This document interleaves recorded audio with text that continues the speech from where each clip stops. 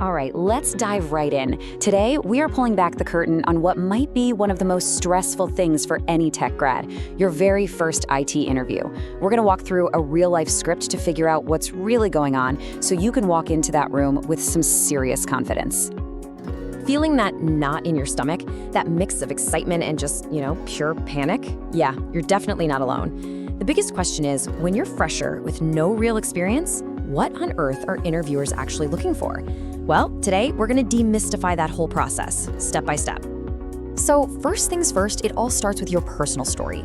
The first couple of questions an interviewer asks are designed to set the stage. And believe me, how you answer them can set the tone for the entire conversation. And here it is, the classic opener. Tell me about yourself.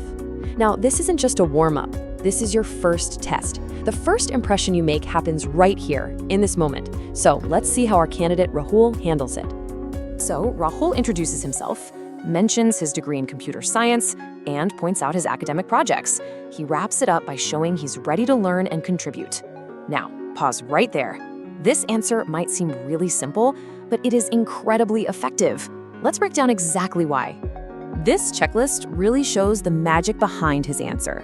Look, the interviewer isn't looking for your whole life story. They're doing a quick check for clear communication, confidence, and relevance.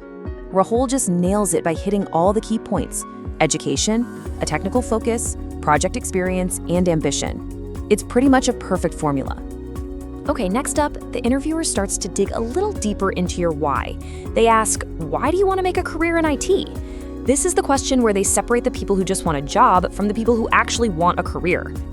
Rahul's answer here is fantastic. He connects his personal passion for problem solving with the massive real-world impact of technology.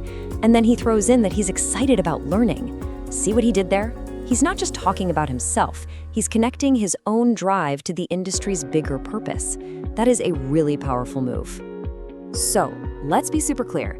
When they ask, why IT? What they're really asking is, do you have a genuine passion that's going to push you through the tough projects? They want to see that your motivation is about more than just a paycheck. Because passion is what fuels real growth. All right, let's move on to the next big phase. I like to call it the self-awareness test.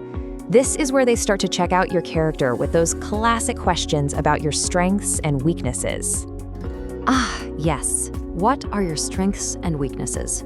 How you handle this two-part question reveals so much more about your character and your professional maturity than any of your technical skills ever could. It's a real balancing act. Let's look at how to get it right. This comparison just lays it all out, doesn't it? For your strengths, you want to be relevant and believable, not arrogant. And for your weaknesses, the real goal is to show that you're self-aware and you're working on improving. Saying you're a perfectionist can be okay, but saying you can't work with other people, that's a massive red flag. It is all about showing you have a growth mindset. Okay, personal story and self-awareness? Check. Now we get to the part you've probably been cramming for, proving your technical mind. But just a heads up, they're testing more than just what you know. They're testing how you think. Often, they'll start with a fundamental question like this one. This isn't a trick question, not at all. It's just a simple check to see if you have a solid handle on the absolute basics of computer science. The core difference is actually pretty simple. A compiler converts the whole thing at once, before the program even runs. An interpreter, on the other hand, converts it line by line while it's running. Your answer should be just like that. Short, correct, and crystal clear. You don't need to write a novel. Okay, now we're getting into the scenario questions. Suppose you get assigned a technology you've never worked with. What do you do? This isn't about testing your knowledge of some random tech. Nope, it's a test of your adaptability and your whole problem-solving process. An amazing answer follows a clear, logical process, just like this one here. First, understand what the business needs. Then, you learn through documentation and practice. You apply it. And finally, you collaborate. You ask for help when you need it. This kind of structured approach shows that you're a methodical learner and you're not too proud to ask for guidance. That is huge. So, the most important thing to remember here is what these questions are really testing. When they ask about a new technology, they want to see your learning ability. When they ask about how you handle negative feedback, they're checking your professional maturity. It's almost always about your mindset, not the specific topic. And that brings us to the final and maybe the most critical part of the whole interview, making your final pitch.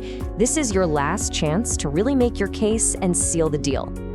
Here it is, the big one. So why should we hire you?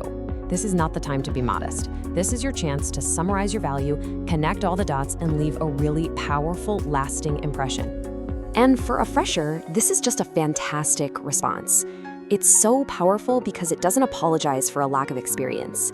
Instead, it leans right into the unique strengths you bring to the table, your dedication and your massive ability to learn. You're basically showing them you are a great investment. So after going through all of that, what's the one thing you absolutely have to remember? Well, let's reveal the ultimate hiring secret. The secret is this. It's not just about the skills you listed on your resume. Your technical knowledge, your Java, your SQL, that's what gets your foot in the door. That gets you the interview.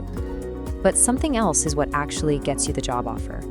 And there it is. Companies don't just hire skills. They hire your mindset, your effort, and your learning ability. That's the core truth. As a fresher, your potential is your product. Your ability to learn, your attitude, and your drive, those are your most valuable assets, by far. So there you have it, the complete playbook for decoding your first IT interview. You know what they ask, you know what they're really asking, and you get the mindset they're looking for. The only question left is, what story are you going to tell?